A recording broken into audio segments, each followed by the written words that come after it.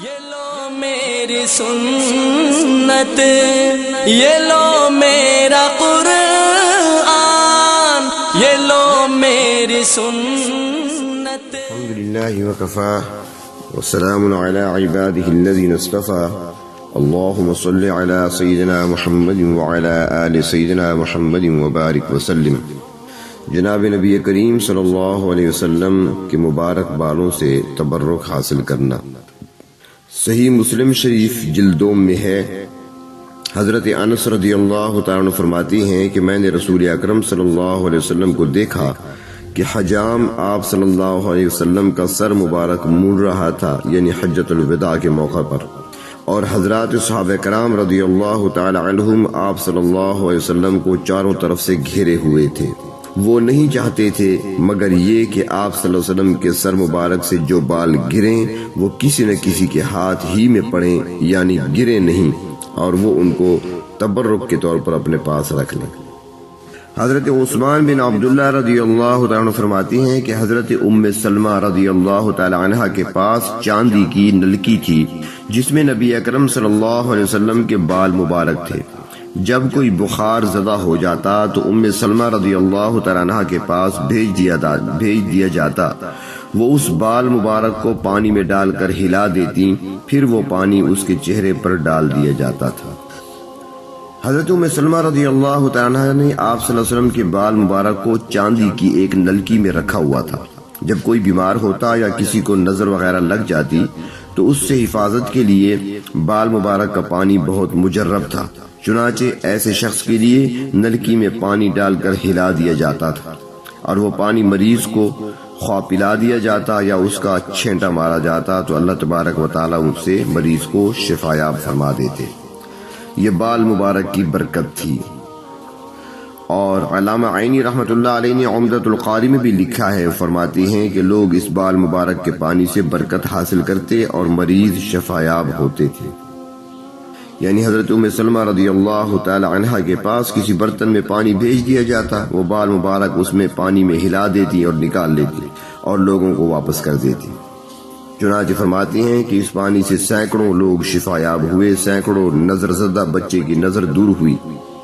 حضرات صحابہ کرام رضی اللہ تعالی عنہم کے اس عمل سے معلوم ہوا کہ بال مبارک سے برکت حاصل کرنا اور شفاء امراض اور نظر میں اس سے نفع حاصل کرنا جائز اور درست ہے، بلکہ برکت اور سعادت کی بات ہے۔ حضرت خالد بن ولید رضی اللہ تعالی عنہ کو جو بال مبارک حاصل ہوا تھا انہوں نے برکت کے لیے اپنی ٹوپی میں رکھا ہوا تھا، اور اسی کی برکت سے وہ جنگوں میں آگے آگے رہتے تھے۔ کسی جنگ کے موقع پر وہ ٹوپی گر گئی تو خالد بن ولید رضی اللہ تعالیٰ عنہ نے اس ٹوپی کے حاصل کرنے میں یہ اس ٹوپی کی بے حرمتی نہ ہو اور اپنے پاس سے برکت نہ جائے، جنگ کر کے اسے حاصل کیا۔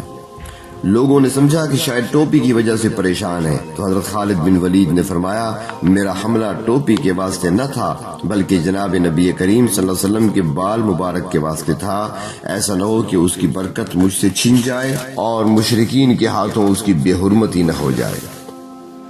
کچھ علاقوں میں، ہمارے ملک میں بھی اس طرح، ہندوستان وغیرہ کے علاقوں میں بھی مختلف مقامات پر بال مبارک کے پائے جانے کی خبر ہوتی ہے، اور لوگ ان کے حسب موقع زیارت کراتے ہیں۔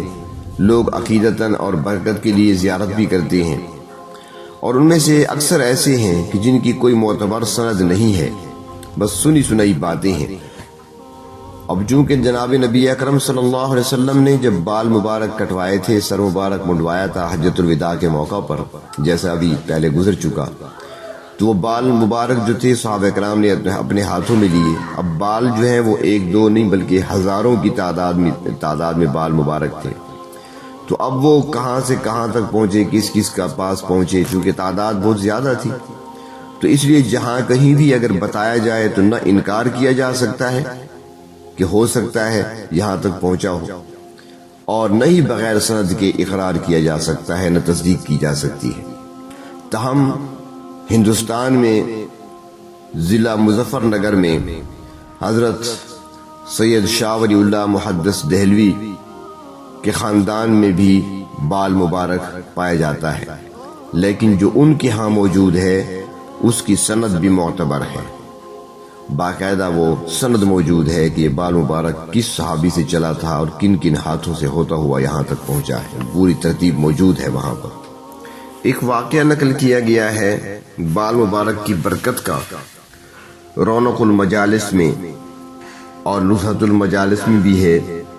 ابو حفص سمرقندی رحمت اللہ علیہ فرماتے ہیں کہ بلخ میں ایک تاجر تھا جو بہت زیادہ مالدار تھا۔ اس کا انتقال ہوا، اس کے 2 بیٹے تھے۔ میراث میں اس کا آدھا مال یعنی مال آدھا آدھا تقسیم ہو گیا، لیکن ترکہ میں 3 بال بھی جناب نبی کریم صلی اللہ علیہ وسلم کے موجود تھے۔ ایک ایک بال مبارک دونوں نے لے لیا۔ تیسرے بال کے متعلق بڑے بھائی نے کہا اس کو آدھا آدھا کر لیں۔ چھوٹے بھائی نے کہا ہرگز نہیں، خدا کی قسم جناب نبی اکرم صلی اللہ علیہ وسلم کا بال مبارک نہیں کاٹا جا سکتا۔ بڑے بھائی نے کہا کیا تو اس پر راضی ہے کہ یہ تینوں بال تو لے لے اور یہ سارا مال میرے حصے میں لگا دے؟ چھوٹا بھائی خوشی سے راضی ہو گیا۔ بڑے بھائی نے سارا مال لے لیا اور چھوٹے بھائی نے تینوں بال مبارک لے لیے۔ وہ ان کو اپنی جیب میں ہر وقت رکھتا اور بار بار نکالتا، ان کی زیارت کرتا اور درود شریف پڑھتا۔ تھوڑا ہی زمانہ گزرا تھا کہ بڑے بھائی کا سارا مال ختم ہو گیا اور چھوٹا بھائی بہت زیادہ مالدار ہو گیا۔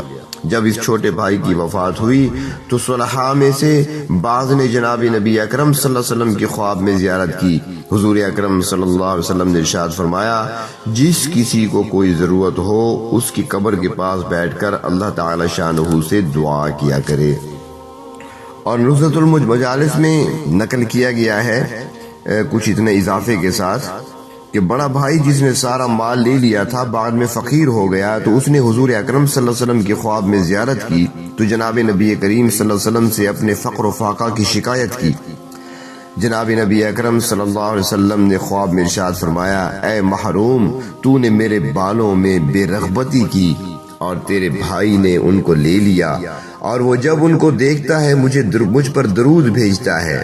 اللہ جل شانہ نے اس کو دنیا اور آخرت میں سعید نیک بخت بنا دیا۔